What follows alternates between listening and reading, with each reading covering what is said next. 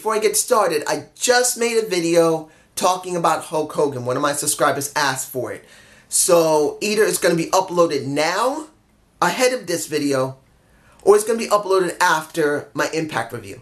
Hopefully, if I remember everything, I was trying to explain everything I was feeling. But what did we get for this Impact going into Slammiversary? Oh my gosh. Oh, this was a heavy, story-driven show. I mean, they tried to tie up a lot of things in this show. There was not much wrestling. Not much at all. This was not about wrestling. This was about trying to hype up Slammiversary and really tie every story they currently made for the company with the new writing team of Scott Demont and Don Cullis. I'm pronouncing their names right, I hope I am. These guys have woven very good amount of stories. I don't agree with all of them, but the stories they have woven together have been very well done. And I'm very happy to say I am truly hyped for this show. So let's get to the first thing. Petey Williams versus Killer Kross. Not much there. Killer Kross basically destroyed Petey. He did not sell, and this is something the WWE doesn't understand. Even though Killer Kross didn't sell for the majority of the match, and even though he did sell a little bit at the end, Killer Kross is Killer Kross. He is someone that doesn't flinch. He doesn't move. He just was a freaking rock, and Petey didn't stand a chance. And that's what's been the major problem for me personally when it came to WWE. They made them do 50-50 booking. One week these guys are wonderfully strong, but in the end, didn't mean anything because the next week they got to job their freaking asses off. So seeing after 2 weeks, Killer Kross take out Falaba, beat up KM, and then go after Petey Williams and beat the living crap out of him and left him dead on the ground was perfect. That is the way it's supposed to be. You do not job out your people so freaking early. Now, let's move on to, where was it? Well, I'm talking about them now. The Dempsey Hit Squad versus Falaba and KM. Now, I still do like KM. I do like Falaba. I think those little skits they did together was damn funny. And I hope they go back to that more often than have these guys wrestle. Now, mind you, I want to make it very clear. Falaba's not a bad wrestler. KM's not a bad wrestler. Neither one of them are bad characters. But as I've seen, when it comes to New Day, when it comes to Fandango and Tyler Breezango, sometimes you can get these guys over so heavily by just doing stories in the back and skits. And then when you do throw them into the ring properly, they make a massive wave. And that's what I want to see for Falaba and KM. Now, the Dempsey Hit Squad with Gaba, or Gamma. I can't pronounce the guy's name. I'm sorry, I'm bad at names. But seeing that he did have his team win was a wise thing to do. I'm just hoping that KM and Falaba will be expanded on in skits in the back. Having them be comic relief in the ring is cool. Seeing Falaba roll over both those guys was funny. Seeing that KM roll over both these guys are funny. But I want to see them in skits. That's the way it should be. That's it. Now, this is the thing I didn't like at all. And now I'm curious about at the same time. Eli Drake versus Joe Henry. What did I just see? Joe Henry singing he is not, and I repeat this, he's not calm down. Look, any English may not have a great voice, but he knew how to get it over. Elias is a good singer, not a great, but a good singer, and a good guitar player, and he made it work. Now you see this guy singing, and the way they're doing it is just ridiculous. Now, I think maybe it was meant to be ridiculous, and eventually he'll go away from it. But as it stands, I'm going like, what the fuck? He's in my face right now. When he was on screen, I was just like, what? But it's understandable. They got to give him a gimmick. And at this moment, it's ridiculous. And maybe it'll get over. Maybe it not. Maybe they'll go away from it. Or they'll stick with it. But is what it is.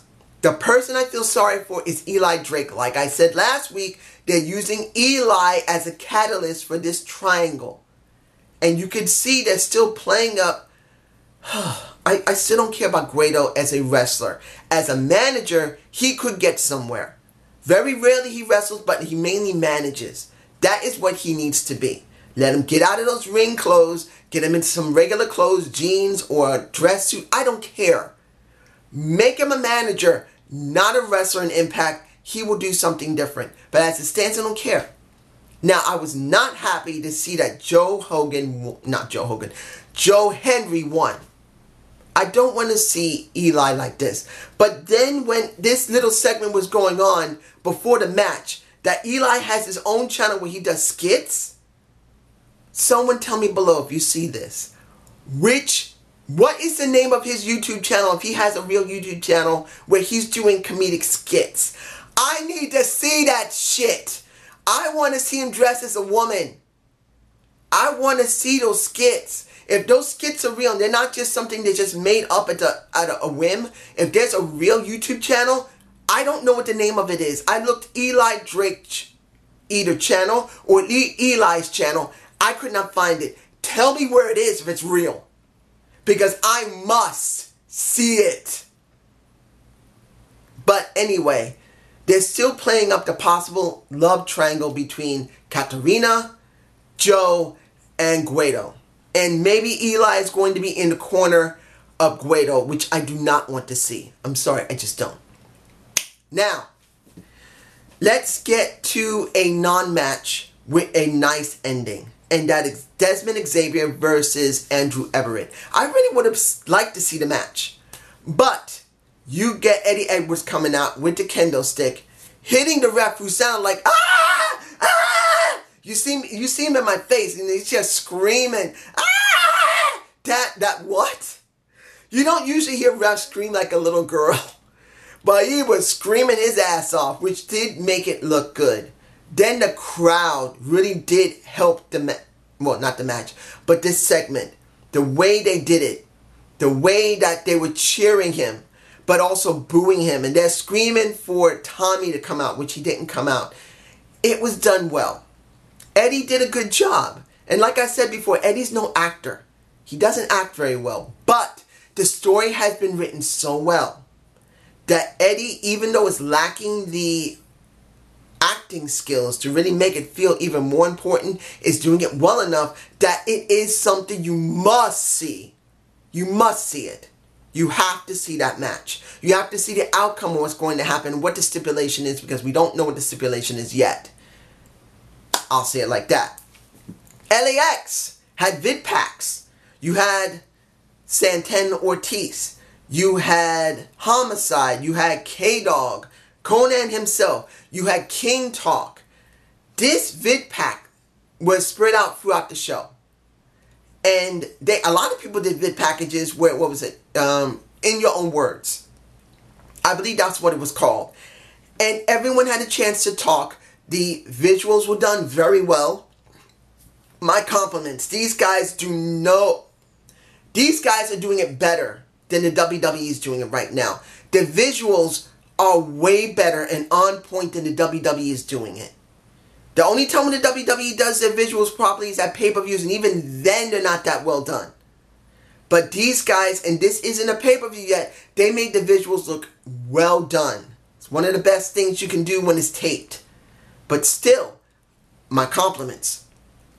But when you hear about the LAX segments, when Ortiz talked, yeah, I don't think it was Santana. I think it was Ortiz who talked.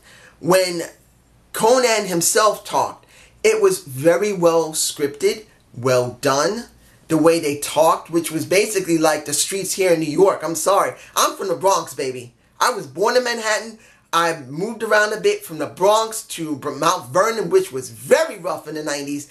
Back into the Bronx, back into Manhattan, in the area where the Latin Kings were. If no one knows what the Latin Kings were, try to research that. Because back in the 90s, they were just shooting people up in the 160th, 170th Street. They didn't give a damn. They're using pump-action shotguns. And I lived in that area.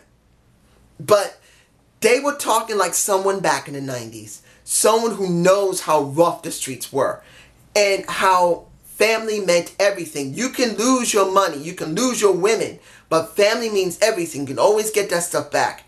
And they made the story work. This is what we should have been having for the last couple of years. The way they've been doing it, even though OVE versus LAX was pretty good, in between those times when that wasn't there, this is what was needed. The OGs versus the LAX is going to be something I'm going to be interested in looking at. I still don't care about count. I'll still say it. Conan needs to step aside, let Ortiz and Santana do something, but if he's still needed in some ability, this is how he should be used. To hype them, not himself. Even though he did talk about himself. King did a good job, and I really state this. If Conan leaves, King could take his spot. He could. He does a very good way of talking. Now, let's move on to, let's see here. The Aussie with the boomerang versus OVE. Well, actually, Sami Callihan. Now, what happened with Eddie Edwards was good. What happened with Sami Callihan is also good. He destroyed that guy. I think his name was Matthew Ozzy's or Ozzy. What is yeah, Ozzy. No. Osborne. Sorry, Matthew Osborne. He got his ass handed to him. Sammy put the mask on him and basically whooped his ass. He did a promo during the match. He did a promo after the match. It was very well done. And then they put in Pentagon Jr. when he was finishing up his promo after the match was over. I said it before and I say it again. The WWE should be doing this themselves. They're stupid for not doing it. If their people can work on the fly, why can't you get an interpreter to go on the computer? And as these guys who speak Spanish or Japanese are talking, you can put subtitles on live feeds so people can watch it. Yeah, you may get some typo errors, but at least if they're scripted ahead of time and they don't mess up the script, you can see them in the native language, which will make it special sometimes. Not every time, but sometimes. And Pentagon Jr. did a very good job in his talk. I loved it. Then you got the backstage segment with OVE and the fight and Pentagon Jr. breaking the arm of one of the Chris brothers and just showing that he was dominant over them and Sammy. Yeah, Sammy was tied up and he had his face painted up. But you know what? I didn't have a problem with it. It was done well enough. So let's see what else we have. Let's get into two more things before the end. No, three things. We still got 4 things. Oh my gosh, there's so much in the show. If this goes over 20 minutes, I'm sorry. Let's do the Moose and the Austin Aries segment. They had videos throughout the night. It was 2 videos for them. Wasn't bad. Then Moose comes in, does a good promo. You see Austin on screen. Was done well enough that when you realize Austin's got to be there, he's got to kick his ass. And he does. Yes, it is predictable, but at least done well enough that even though it's predictable, you still enjoy it. Austin comes out, hits Moose in the gonads, and then grabs a chair, hits him in the back, and he's holding the chair up like an idiot. And then Moose gets up and makes him look like his little son. My gosh. I didn't realize how tall Austin Aries was compared to Moose. I forgot how tall Moose is. And he basically tried to break Austin's neck, but he gets away, and now we have some really good hype for the show on this Sunday. I am very interested in seeing if Moose is going to get that title, if they're really thinking that he's ready for it, which, honestly, I would rather wait a little bit. I still wanted Pentagon Jr. and Austin Aries to have a rematch, unless I miss it. You guys tell me below if I missed their match for a rematch for that title, because as far as I know, Pentagon Jr. never got a rematch at all. He lost it, and that was it.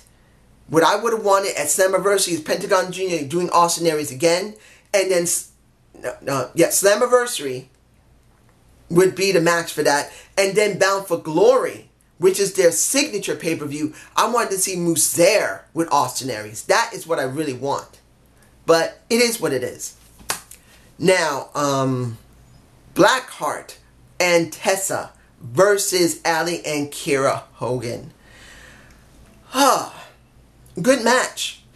The video package of Ali, like I said, she's now Cherry Bomb.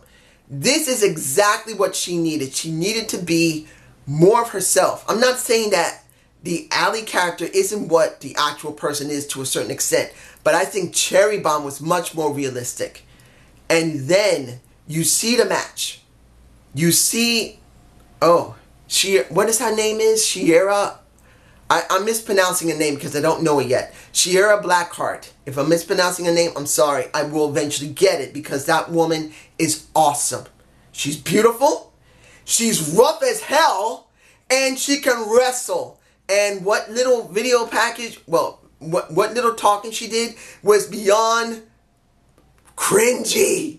And that could mean she's good on the mic when she's given the right circumstances. In the end, the faces win because Tessa walks away from Blackheart. And I gotta say this. She did do a nice video package, but she still hasn't won me over. I still believe there's something missing. There's something wrong. I don't know what it is. Maybe it is because she doesn't like to sell a lot. She thinks maybe she is entitled as a third-generation star. Well, wrestler.